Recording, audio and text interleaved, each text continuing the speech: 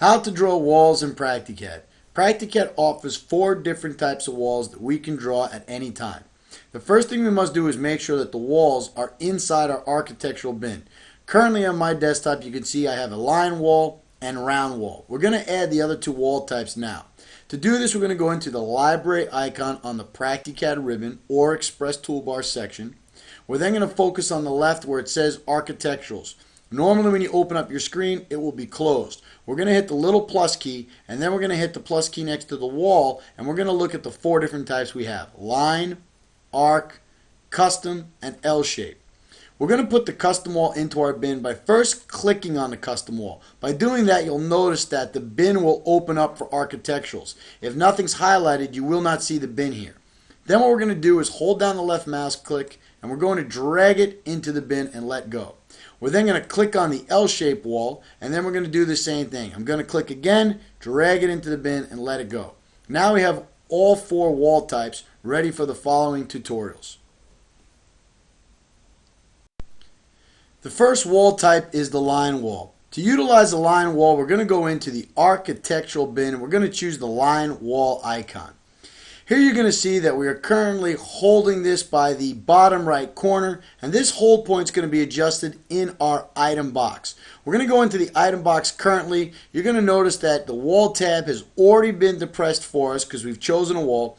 And here you can see that we're holding the bottom on the Z-axis and the right on the X-axis. Just like fitting in steel, we can control the hold points for this wall wherever we'd like. If we'd like to control on the bottom left, we can switch it to the bottom left corner. And here if you zoom in, you can see that the crosshairs are currently on the bottom left corner.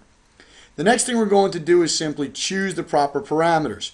There's only 3 basic parameters with the line wall. You can see the height of the wall, which you're going to move all the way up to 150. You can see the depth of the wall or thickness of the wall, and then we have the length of the wall. One important thing to mention about the line wall is it is not as flexible as the custom wall. Length is not dictated by stretching it between 2 points, which means if we're going to use the line wall, we actually have to know the exact length of the wall beforehand. This is why we usually recommend to use the custom wall. The last thing we have are the location special instructions. These are very common for all items in the item box. We go over those in other tutorials. And of course we have our standard ability to put on any elevations we'd like. Once we've got all the parameters selected, all we need to do is click on the drawing once. When we've done that, you'll notice that PractiCAD is using the left bottom corner point right here, and that's going to be the pivot point. You can see that PractiCAD is asking in the bottom to specify rotation around Z-axis or plan view, and all we're going to do is hold it in the direction we need and then click once and the wall will be placed. That'll conclude the tutorial on the line wall. The second wall type we have is the round wall. We're going to go into the architectural bin and choose the round wall. Here we're going to place it on the drawing at a pivot point and go into the item box.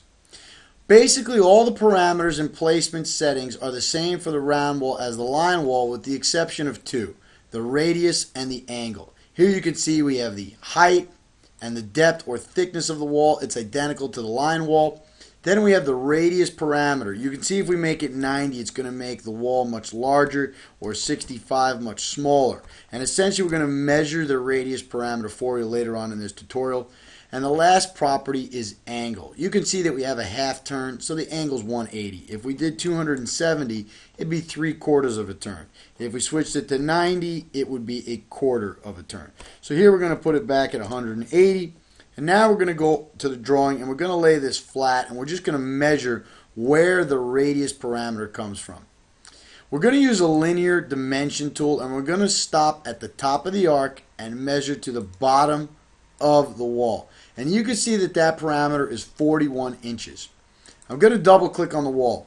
The radius happens to be 45 inches, and the reason why it's 4 inches greater than you see here is because PractiCAD is reading this value and it's coming from the center line of the wall.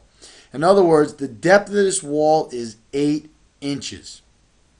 Where you've got 41 inches from the bottom arc to the bottom of the wall. If we take that 41 inches and add half the depth, so we're basically about right here where the crosshairs are, the center line of the wall, that 4 inches plus 41 equals the radius parameters. So when you go to choose the radius parameters, keep in mind that you're giving it from the center of the wall. Everything else in terms of placement is identical to the line wall. So that'll conclude the tutorials on the round wall.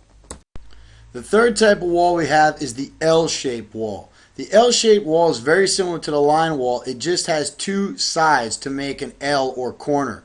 We're going to go into the architectural bin and we're going to choose the L-shaped wall. We're then going to place it on the drawing. We're going to go to the parameter box. You can see all the parameters are identical to the line wall with the exception of here we have a length and width. The height parameters are the same. We have the depth parameters for thickness. We have a length which controls one side, so we'll make the length here 150 and then we'll make the width 75. So the length simply controls one side and the width controls the other. Everything else is the same in terms of placement. The last wall type is the custom wall. The custom wall is the most flexible of all four walls, and actually the custom wall can mimic the same properties as the other walls. So generally I just leave the custom wall icon in the architectural bin and I never use the other ones. However, it's up to the individual draftsman to choose which ones work for you. We're going to pick the custom wall out of the bin and we're going to go over to the item box. Notice you have the same hold points as all the other walls. Here we're going to hold this wall by the bottom left corner, but we only have the property for height and depth. All the other parameters for arc, radius, width, length, they can be adjusted on the fly, which makes this the most flexible wall we have.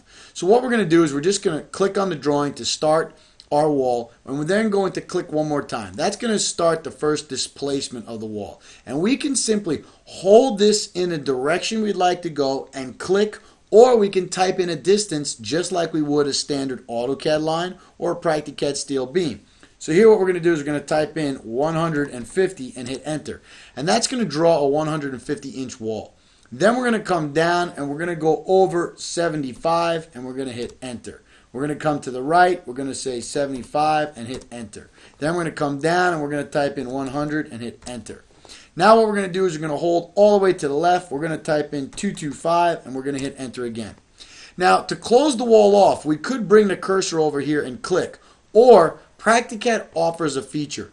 If you look inside the command line, you can see it says specify the line endpoint or arc/close, and you have a capital A and a capital C.